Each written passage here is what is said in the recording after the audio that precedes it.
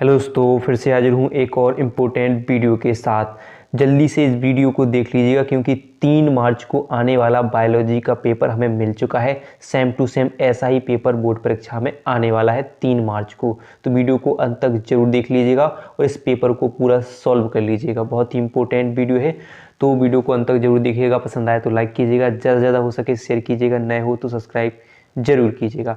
तो आइए स्टार्ट करते हैं, देखते हैं आज का ये वायरल पेपर। तो आपको अनुक्रमांक नाम सब भर लेना है और ये क्या है 2025 जीव विज्ञान हो जाएगा। 2025 जीव विज्ञान का है, पेपर सेट नंबर है सब, 70 अंक का पूर्णांक, समय 3 घंटे 15 मिनट। ठीक है, प्रारंभ में 15 मिनट परीक्षार्थी को प्रश्न करने के लिए निर्धारित होंगे। सही प्रश्न अनिवार्य होंगे। आवश्यकता अनुसार अपने उत्तरों की पुष्टि नामांकित रेखा चित्रों द्वारा कीजिएगा और प्रत्येक प्रश्न के निर्धारित अंक उनके सम्मुख अंकित हैं। ये सब आपको निर्देश दिए होंगे। फिर आते हैं यहाँ पर बहुविकल्पीय प्रश्न। सबसे पहले क्या पूछे जाएंगे, बहुविकल्पीय, जो 4 प्रश्न होंगे आपके। बहुविकल्पीय प्रश्न पूछा जाएगा, सही विकल्प चुनकर अपनी उत्तर पुस्तिका में लिखिए। पहला है, निम्न में से कौन एक गैर संक्रामक रोग है। 4 ऑप्शन है, मलेरिया, टाइफाइड, कैंसर और निमोनिया। तो आपका सही आंसर हो जाएगा कैंसर। कैंसर क्या है, एक गैर संक्रामक रोग, यानी इससे संक्रामक रोग नहीं है, यानी किसी भी कारण से फैलता नहीं है, केवल एक ही व्यक्ति तक, यानी एक ही व्यक्ति तक सीमित रहता है। और बाकी मलेरिया, टाइफाइड, निमोनिया ये सब क्या है, संक्रामक रोग हैं। अगला देखिए प्रश्न है, टीबी। टीबी के टीके का नाम क्या है। तो टीबी के टीके का नाम ऑप्शन है बीसीजी, डीपीटी, ओपीटी और कोवैक्सीन। तो आपका सही आंसर हो जाएगा बीसीजी। टीबी के टीके को क्या कहा जाता है, बीसीजी कहा जाता है। फिर अगला है कि जीनी अभियांत्रिकी से प्राप्त होता है सुनहरा चावल, ग्लूकोज, गेहूं, मक्का। तो आपका सही आंसर हो जाएगा सुनहरा चावल प्राप्त होता है। क्या प्राप्त होता है, सुनहरा चावल। फिर अगला है, निभाग पाया जाता है तो परागकण में, बीजांड में, भ्रूणपोष में या उपरोक्त सभी में। तो निभाग कहाँ पर पाया जाता है, बीजांड में निभाग पाया जाता है। ठीक है जी, तो हो जाते हैं अपने बहुविकल्पीय प्रश्न। इसके बाद आते हैं आपके अति लघु प्रश्न, जो कि होते हैं 1-1 अंक के, ये भी होते हैं। ठीक है, तो अति लघु प्रश्न भी कितने होंगे, 5 प्रश्न पूछे जाएंगे। अति लघु कितने होंगे, 5। जिसमें पहला प्रश्न है, स्टेम कोशिकाएं क्या है। तो स्टेम कोशिकाएं होती क्या है, तो आप जैसे बताते जा रहा हूँ या लिखिए, या फिर हम देख सकते हैं, इसको हमने नोट करके रखा हुआ है, तो आप लिख सकते हो स्टेम कोशिकाएं यानी बहुकोशिकीय जीवों में ऐसी अभिन्नित कोशिकाएं जिनमें विभाजन द्वारा उसी प्रकार की असंख्य कोशिकाएं उत्पन्न करने की क्षमता हो तथा इन कोशिकाओं में विशिष्ट यानी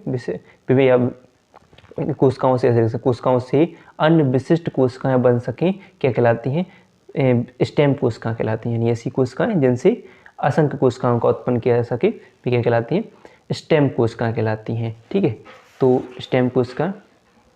ठीक है, फिर अगला प्रश्न क्या है इसमें कि प्रकाश संश्लेषण प्रक्रिया के दौरान कौन सी गैस मुक्त होती है। तो प्रकाश संश्लेषण की प्रक्रिया के दौरान कौन सी गैस, आपने पढ़ा होगा कि प्रकाश संश्लेषण में क्या करते हैं, CO2 प्लस H2O प्लस प्रकाश होता है।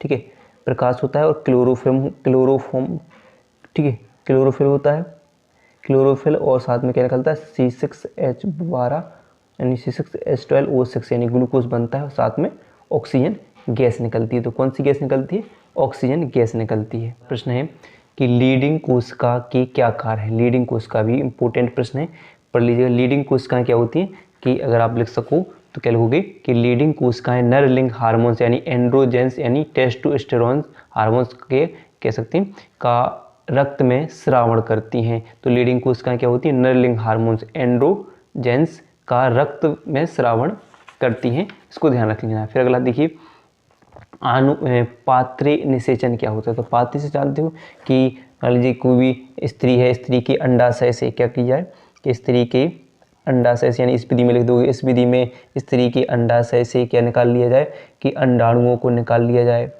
ठीक है, अंडाणुओं को निकाल लिया जाए और पुरुष यानी नर से क्या करे, नर के शुक्राणुओं से प्रयोगशाला में या बाह्य निषेचन करा दिया जाए, तो वे क्रिया क्या कहलाती है, पात्रे निषेचन कहलाती है। क्या लोगे कि इस विधि में स्त्री के अंडाशय से अंडाणुओं को निष्कासित करके शरीर के बाहर शुक्राणु से संयोजित किया जाता है, जिससे क्या किसका निर्माण होता है, भ्रूण बनता है। ठीक है, भ्रूण बनता है और क्या कहलाती है, पात्रे निषेचन कहलाती है, जिसे हम क्या कहते हैं, IVF इन वेट्रो फर्टिलाइजेशन कहा जाता है। फुल फॉर्म लिखने के लिए आता है पेपर में, IVF का फुल फॉर्म क्या होगा, तो इन वाइट्रो फर्टिलाइजेशन कहा जाता है।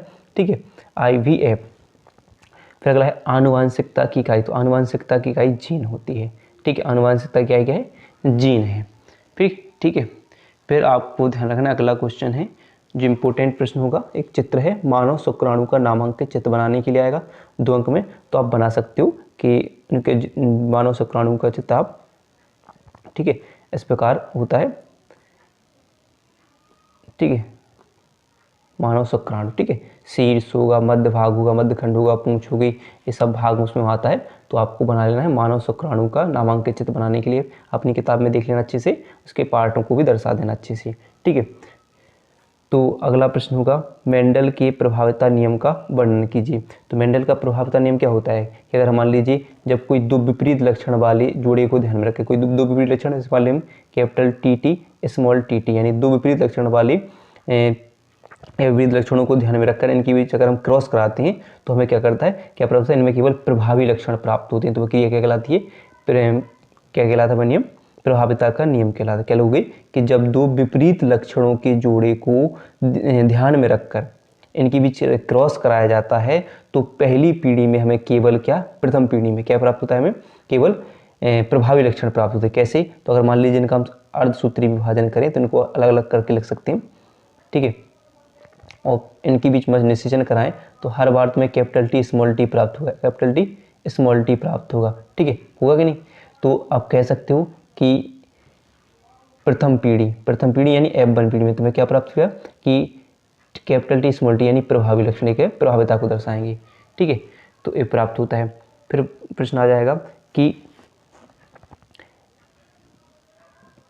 BT क्या हो जाएगा, BT कपास पर संक्षिप्त टिप्पणी लिखिए। क्या होगी BT के पास, तो आप देख सकते हो ऐसे थोड़ा लिखा हुआ है, तो आप देख सकते हो कि बैसिलस थ्यूरोजेंसिस, BT को क्या कहा जाता है, बैसिलस थ्यूरोजेंसिस कहा जाता है। नामक जीवाणु एक ऐसी प्रोटीन का निर्माण करता है जिसमें अनेक प्रकार की कीट को नष्ट करने की क्षमता होती है, यानी जो पौधों में जो कीड़े लगते हैं उनको मारने की क्षमता होती है कि बैसिलस जीवाणु से बना जीव विष कीटनाशक होता है, लेकिन जीवाणु में निष्क्रिय रहता है, कीट में पहुंचते ही सक्रिय हो जाता है और इससे कीटों की मृत्यु, लिख सकते दो बार लिखा है, कीटों की मृत्यु हो जाती है। जीव विष बनाने वाले जीवाणु से जीन को पृथक करके फसलों में समाविष्ट कर देते हैं। इसी प्रकार BT कपास पौधे का निर्माण कर लिया जाता है और BT कपास पर शलभ कृमि पर प्रभाव नहीं होता और उत्पादन बढ़ जाता है। सीधी बात कि BT फसलें क्या होती हैं, ऐसी फसलें जिन पर हम बैसिलस थ्यूरोजेंसिस नामक जीवाणु का एक प्रोटीन का निर्माण करके और उन पर हम पौधों पर डाल देते हैं, जिससे भी क्या होती है कि कीटों की मृत्यु हो जाती है, फसलें बच जाती हैं जो भी हैं इसकी हो जाती हैं, और उसी जो उनसे यानी BT बैसिलस थ्यूरोजेंसिस से जो भी फसलें उत्पन्न होगी उनको PT फसलें कहा जाता है। जैसे हमने बात करें कपास की, तो BT कपास पर अगर इसके एंजाइम का उपयोग करें, ठीक है, तो क्या करेंगे, इसे क्या इस बैसिलस थ्यूरोजेंसिस का जीवाणु का उपयोग करें तो इसे क्या करेंगे, BT कपास, BT मक्का। ठीक है, ऐसे जिन फसलों पर इनका उपयोग कर देते हैं उसे हम BT फसलें कहते हैं। ठीक है, याद रहेगा। फिर अगला प्रश्न है, देखिए कि सक्रिय और निष्क्रिय प्रतिरक्षा ये क्या होता है, सक्रिय और निष्क्रिय प्रतिरक्षा क्या होता है, तो इसको समझते हैं। ठीक है, तो क्या हो जाता है, सक्रिय प्रतिरक्षा तंत्र क्या कहलाता है कि अगर मान लीजिए शरीर में या कोई भी व्यक्ति के शरीर में कोई भी आक्रमणकारी तथा प्रतिजन कह सकते हैं, कोई भी आक्रमणकारी या प्रतिजन अगर आ रहे हैं तो ये क्या करते हैं, उनमें भेद नहीं कर पाते, उनकी पहचान नहीं कर पाते हैं। लेकिन जो प्रतिरक्षा है, निष्क्रिय प्रतिरक्षा, जिसे उपार्जित प्रतिरक्षा तंत्र भी कहते हैं, ये क्या करते थे, उनमें उनका उल्टा हो जाता है कि वे पहचान कर लेते हैं, वे उनको पहचान लेते हैं, और इसके बारे में और आगे भी आप पढ़ लीजिएगा। ठीक है, तो ऐसे कर लेना। सक्रिय क्या होते हैं, ऐसे प्रतिरक्षा तंत्र जो शरीर में आए हुए आक्रमणकारी तथा प्रतिजनों में भेद नहीं कर पाते हैं, ठीक है, या पहचान नहीं कर पाते हैं, और निष्क्रिय क्या होते हैं, ये कर लेते हैं। और आप इसको और अच्छे तरीके से पढ़ना है। ठीक है, लॉन्ग में थोड़ा लिखना है, 2 अंक में थोड़ा आपको बड़ा लिखना पड़ेगा। अपघटन को परिभाषित कीजिए। अपघटन क्या होते हैं, तो अपघटन क्या होते हैं, कोई भी पेड़ पौधे या के मृत भाग, जैसे कोई भी खराब पदार्थ पे मृत भाग से जो पोषण प्राप्त करते हैं, यानी उनका पोषण प्राप्त करना क्या कहलाता है, अपघटन कहलाता है। तो अपघटन क्या होता है, किसी भी पादप के मृत शरीर जैसे जड़, तना, पत्ती किसी भी भाग से पोषण प्रदान करना क्या कहलाता है, अपघटन कहलाता है। ठीक है, जैसे उसमें सूक्ष्म जीव आ जाते हैं, जो भी जीवाणु, तो ये सब क्रिया क्या कहलाती है, अपघटन कहलाती है। फिर अगला प्रश्न बनता है, देखिए अब यहाँ से लघु उत्तरीय सेकंड बनेगा, ये फर्स्ट हो गया, अब ये सेकंड बनेगा। यहाँ पर 3 अंक का एक प्रश्न होगा, जिसमें पहला है बहुभ्रूणता पर संक्षिप्त टिप्पणी लिखिए। बहुभ्रूणता क्या होती है, तो पहले तो पता होना चाहिए बहुभ्रूणता की खोज किसने की, तो किसने, ल्यूवेनहॉक ने बहुभ्रूणता की खोज की है। और अगर बात करें भारत में, तो पंचानन माहेश्वरी को भारत में का बहुभ्रूणता का जनक कहा जाता है। और बहुभ्रूणता होती क्या है, तो किसी भी, अगर मान लीजिए किसी भी एक बीज द्वारा अनेक भ्रूण की उत्पत्ति कर देना क्या कहलाता है, बहुभ्रूणता कहलाता है। एक बीज से अनेक भ्रूणों की उत्पत्ति कर देना क्या कहलाता है, बहुभ्रूणता कहलाता है। अगर आप इसको थोड़ा 3 अंक में लिखना है टिप्पणी करने के लिए, तो आप अपने तरीके से लिखिए, मैं तो अभी बस ऐसे बता रहा हूँ, नॉर्मल है, तो आप अपने लिख सकते हो। ठीक है, अगर आप अब ऐसी बात होगी कि अगला प्रश्न है कि उत्परिवर्तन को की उदाहरण सहित परिभाषा लिखने के लिए आएगी। तो उत्परिवर्तन होता क्या है, यानी किसी भी जो पदार्थ की या किसी भी आनुवंशिक पदार्थ में रासायनिक परिवर्तन के कारण कोई जीवधारियों में होने वाले आकस्मिक परिवर्तन क्या कहलाते हैं, उत्परिवर्तन कहलाते हैं। यानी किसी भी जीवधारी में किसी भी कारण से बताएं, रासायनिक या वंशानुगत स्थिति के कारण क्या हो जाए, अचानक परिवर्तन हो जाए, वे क्या कहलाते हैं, उत्परिवर्तन कहलाते हैं। इसे लिख देना है। ठीक है, उत्परिवर्तन कहलाता है। फिर अगर बात करें कि अगला प्रश्न है कि BOD संकेताक्षर का पूर्ण रूप लिखते हुए इस पर टिप्पणी लिखिए। तो BOD, ठीक है, क्या होगा, ये किसका क्या, बायोकेमिकल ऑक्सीजन डिमांड इसे कहा जाता है। अगर आप लिखना चाहो तो फुल फॉर्म के लिए लिखने के लिए आ जाता है, तो आप क्या लिखोगे, बायोकेमिकल ऑक्सीजन डिमांड। ठीक है, बायोकेमिकल ऑक्सीजन डिमांड क्या होता है, इसका पूर्ण रूप होता है। अगर बात करें किस लिए, तो अगर जलाशय में पानी का या सैंपल में जैविक रूप से निम्नीकृत कार्बनिक पदार्थ की माप क्या कहलाती है, जैवीय ऑक्सीजन मांग कहलाती है। इसे क्या कहा जाता है, BOD को जैवीय ऑक्सीजन मांग भी कहा जाता है। और बात किस लिए, कि जलाशय में अगर पानियों के सैंपल लेने के लिए या जैविक रूप से निम्नीकृत करने के लिए कार्बनिक पदार्थों की माप को क्या कहा जाता है, BOD कहा जाता है। ठीक है, तो इसे अगर लिखना पड़े फुल फॉर्म, तो बायोकेमिकल ऑक्सीजन डिमांड इसको कहा जाता है। ठीक है, समजातता। ठीक है, समजातता क्या होती है, तो अगर बात करें कि जंतुओं के अंग जो संरचना, उद्भव या भ्रूणीय परिवर्तन में समान परंतु कार्यों में अगर अलग अलग दिखाई देते हैं, कि ठीक है, अगर अंग की बात करें कि अगर संरचना, कार्य और उद्भव में अगर समान कैसे अलग अलग होते हैं, क्या कहलाते हैं, समजात अंग कहलाते हैं, तथा इनमें जो समानता दर्शाते हैं वे क्या कहलाते हैं, समजातता कहलाते हैं। इसको ध्यान रखना है। फिर देखिए यहाँ से आपको करते चलना है, एक संकर संकरण और द्वि संकर संकरण टेस्ट क्रॉस पर टिप्पणी लिखना है। एक संकर संकरण, द्वि संकर संकरण, यानी जब एक संरचना मतलब एक पीढ़ी को ध्यान में रखकर क्रॉस कराया जाता है, वैसे द्वि पीढ़ी को ध्यान में रखकर क्रॉस कराया जाता है। तो इस सब हार्डी-वेनबर्ग का सिद्धांत इंपॉर्टेंट है, इसको तैयार कर लेना है। फिर अगला प्रश्न देखिए, अगले प्रश्न की तरफ चलते हैं। तो अगला प्रश्न है, जैव उर्वरक क्या है, कृषि में इनका क्या महत्व है। वेरी इंपॉर्टेंट प्रश्न है। जैव उर्वरक परभक्षी क्या है, इनको तैयार कर लेना है। ये सब लॉन्ग 3 अंक में बनेंगे प्रश्न।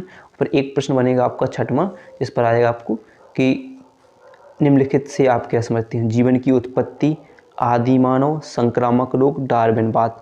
ये मोस्ट इंपॉर्टेंट प्रश्न है। इसमें कितने प्रश्न तैयार होते हैं आपके यहाँ पर 1 2 3 4 प्रश्न तैयार होते हैं। चारों कितने, 3 अंक के होंगे। तो इम्पोर्टेंट है, तैयार कर लीजिएगा। हमें बस तैयारी करनी है, प्रश्नों को तैयार करना है, तो आप कर सकते हो इसी। फिर अगला प्रश्न देखिए, दीर्घ प्रश्न है। यहाँ से दीर्घ हुए 5 अंक होंगे कि DNA पैकेजिंग क्या है, इसके महत्व को समझाइए। इम्पोर्टेंट है DNA पैकेजिंग। फिर पारितंत्र के विभिन्न घटकों का वर्णन करने के लिए करना है। फिर देखिए अगला है प्रश्न 8वां, मानव विकास पर निबंध लिखना है। जनसंख्या विस्फोट एवं इसके नियंत्रण पर निबंध लिखना है। फिर अगला प्रश्न है कि पुष्पी पादपों में लघु बीजाणु जनन का सचित्र वर्णन कीजिए। इम्पोर्टेंट है, पुष्पी पादपों में लघु बीजाणु जनन का सचित्र वर्णन कर लोगे नहीं, किसमें पूर्ण लिखा हो कि उसके पूरी भाग, मध्य बाह्य त्वचा, एंडोस्थीसियम, मध्यपर, टेपिटम, ये सब के बारे में आप लिख सकते हो। और मादा जनन तंत्र, मानव में मादा जनन तंत्र का स्वच्छ नामांकित चित्र बनाइए तथा इसके 2 अंगों के कार्यों का वर्णन कीजिए। 5 अंक का हो जाएगा। तो इतने इंपॉर्टेंट प्रश्न हैं, इनको तैयार जरूर कीजिएगा इस पेपर को। वीडियो पसंद आए हो तो वीडियो को लाइक और चैनल को सब्सक्राइब करना ना भूलिएगा।